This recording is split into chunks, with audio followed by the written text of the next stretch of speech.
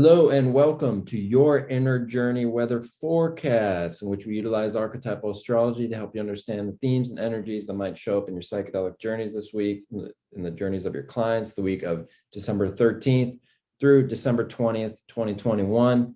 And this week we have three combinations which are very noteworthy, and they can be seen here in Archetypal Explorer. The first of which is this, in this graph here, the top of the graph is the exact alignment. So we can see this climbing alignment right here is moving towards exact, and that's called Saturn square Uranus. So let's talk about that. So Saturn square Uranus is a combination that involves the boundaries of Saturn and the freedom from boundaries of Uranus. So there's a tension between those two archetypes. And that can show up in our psychedelic journeys in a few different ways. If we are not really having proper boundaries and safety guidelines in the psychedelic journey, it can show up as a Uranian suddenness to a Saturnian reality check, kind of a reality principle, which is generally speaking what we do not want. So what we want is actually to dial in the set and setting and the safety constraints of the journey, the safety parameters, in such a way that the Uranian principle can come in as a kind of electric freedom. So once again, what we want to do is we want to honor Saturn going into the journey while we're still in consensus reality. We want to think about reality. We want to think about Saturn and institute the parameters for our safety, come up to the proper agreements and contracts with the sitters, in such that, you know, we'll remain in the journey space until the journey's over. We won't go outside or run away from the sitters or try to be on our own or something like that. We've got these parameters in place which actually honors the archetype of Saturn. And when Saturn is honored, recognized, consciously called in, and embodied as the maturity, the groundedness, safety precautions, and kind of taking care of the humdrum, more mundane aspects of what is potentially a very extraordinary experience, then we've honored Saturn, we've consciously brought in Saturn, and Saturn tends to behave better. It tends to see, oh, this field that these people are creating is allowing for Saturn to be here. So Saturn comes in without having to come in through the back door and causing a big misery for everyone. So when that Saturn is honored, then also Uranus can come in its proper place. And Uranus comes in as the breakthrough. Uranus is associated with the freedom. Uranus is the archetype of the rebellion, the freedom, the excitement, the thrill, the kind of eureka moment, the innovation. And so we can think of it there as allowing, when we know we're safe and we know we're being taken care of by mature sitters with proper boundaries, we can be free. We can be free to express, we can be free to let the material come up, and that is itself freeing of the material. The material that can come up can actually free us. So that's the Uranian principle. So very important to keep in mind, because that alignment is an outer planet alignment. It's a big, bold energy, and it's coming into exactitude around this time. And so it really can't be ignored. We've got this energy for about 3 years, and it only has a couple of touch points where it's exact. And this is one of them. So be mindful of that. The next combination of note for this time period involves this this Venus conjunct Pluto aspect. So we can see that the top of the graph here is the exact alignment, and this alignment is near exact, and it's kind of dipping down but going back up. That's because Venus is going retrograde and is what we call stationing on Pluto. That means before it goes backwards, it appears to stand still in the sky, and it stands still in exact conjunction with Pluto. So what does that mean?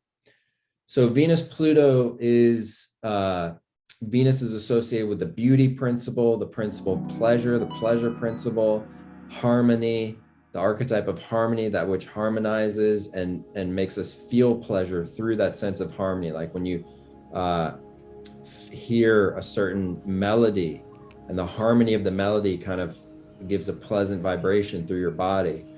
So Venus associated with harmony, associated with pleasure, associated with the law of attraction. Because what do we do when we hear something pleasant? We want to go towards that. So pleasure, that which attracts. As such, it's associated with beauty, art, friendships, love, sensuality, sexuality, pleasure. These are Venusian areas, aspects of life. Pluto is associated with that which is underworldly, that which draws us into the underbelly, the underside, where we get revealed the dark side for the sake of kind of a purification, almost like a hero's journey, when the hero is called into a sort of an underworldly ordeal that reveals the dark side of themselves, but in turn forces them, through facing the dark side of themselves, to purify themselves and become a more whole being. So with that, we can see the Venus-Pluto combination showing up as the underbelly of the Venusian, like the difficulties in friendships, the kind of power struggles that show up in friendships, the power struggles that show up in sexual relationships, the kind of depth of connection and what's entailed in that in love relationships, things like jealousy, possessiveness. Again, Pluto invites whatever archetype it's combined with into the underworld so it can face its kind of shadow, and then be purified through that. So we actually want to get to a deeper place of actually like deeper love by actually having kind of burping up the darker sides of friendship, or of jealousy in relationship, or of power dynamics in sexuality. And in sexuality, it can be also a time for healing if there are issues in psychedelic experiences around sexuality, abuse of sexuality, violation of sexuality, because it can take us kind of into the underworld where we can be with those difficult energies. And Pluto is a transformative archetype. It wants to burn away the impurities and kind of help us purge, help us become transformed through having faced those dynamics. And so it can be very healing. The Venus-Pluto time can be very healing when they're going retrograde. You know, issues of everything that we talked about usually will be retrospective, things from the past. So it can be an opportunity to heal those things from the past. I was spending time with a colleague recently in which she was bringing up sexual transgressions that were happening in the psychedelic space, in the healing space, in which somebody who was providing medicine was taking advantage of the people who were taking the medicine. And so this is the time to have these things come up. This is the Venus-Pluto time to have them come up, to have them faced, so that for everyone involved, there can be a kind of a deepening and a healing process. Pluto is associated with the underworld, the taboo. And the taboo is usually kind of swept out of sight because of its unsightliness. But now is the time to kind of allow it back into sight, allow it back into conscious awareness, allow it back into our communal space so that we can be with those energies. And that's the only way to allow those energies come to light and come to healing. So there's a clip right here that is a clip of Vanessa Hudgens, just to give you a sense of the characters of Venus and Pluto. So Vanessa Hudgens, born with Venus Pluto, if you watch this clip, it can kind of give you a sense. It's a clip from Spring Breakers, a movie in which she starred in which there's a Venus-Pluto interaction in between her and a kind of an underworldly male figure. And there's a kind of like a taboo interaction between them. And so that can give you a sense of Venus-Pluto if you watch that. Okay, so the last combination for this week we want to talk about is, as we get towards the weekend, there's a full moon. And that full moon is right on Neptune. So that is a combination.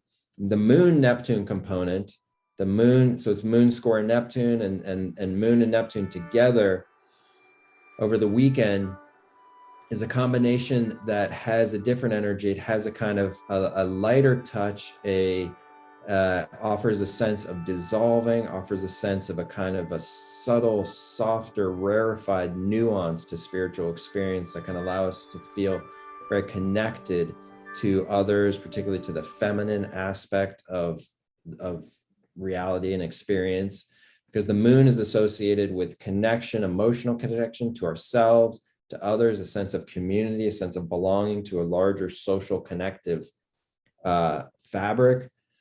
And the moon is also associated with the female figures.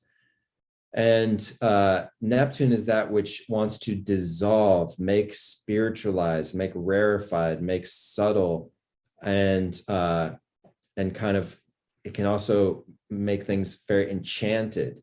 So there can be a sense at that time of being in touch with a kind of a return to the more subtle, divine, feminine, a feeling of enchantment around those energies.